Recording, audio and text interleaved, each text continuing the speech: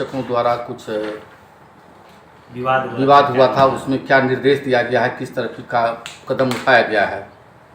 देखिए, अब शिक्षा विभाग के सभी शिक्षकों को ये मैसेज दिया गया है, ये संदेश दिया गया है कि उनको किसी भी काम के लिए विद्यालय छोड़कर कार्यालय का चक्कर नहीं लगावे।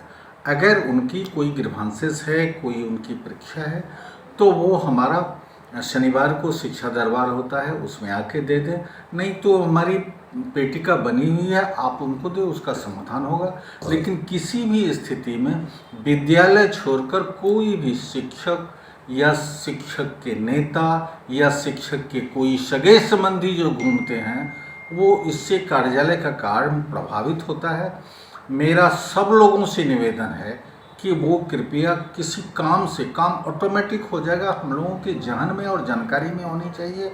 हमारे डीपीओ स्थापना बहुत ही कर्मठ पदाधिकारी हैं।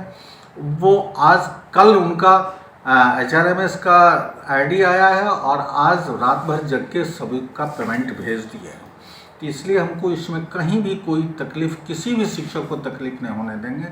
वो आवें, अपना हम लोगों को जानकारी दे दें और सिर्फ बच्चे को पढ़ाई करें और हमारे क्वालिटी एजुकेशन को देखें। यदि उसके बावजूद भी शिक्षक यहाँ आते हैं, जो कई रोज़ शिक्षक आने वाले यहाँ हैं, उस पर में किस तरह की कार्रवाई की जाएगी? यदि वो इंस्पेक्शन में पकड़ा जाएंगे तो मैं उन्हें निलंबित करूँगा।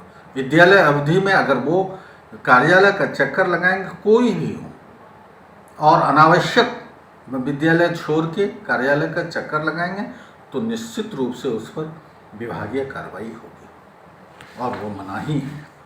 सर, दरभंगा में क्या शिक्षक लोग भी डिप्टेशन पड़ेगा अभी? नहीं, ऐसी कोई डिप्टेशन नहीं है विभाग की ओर से।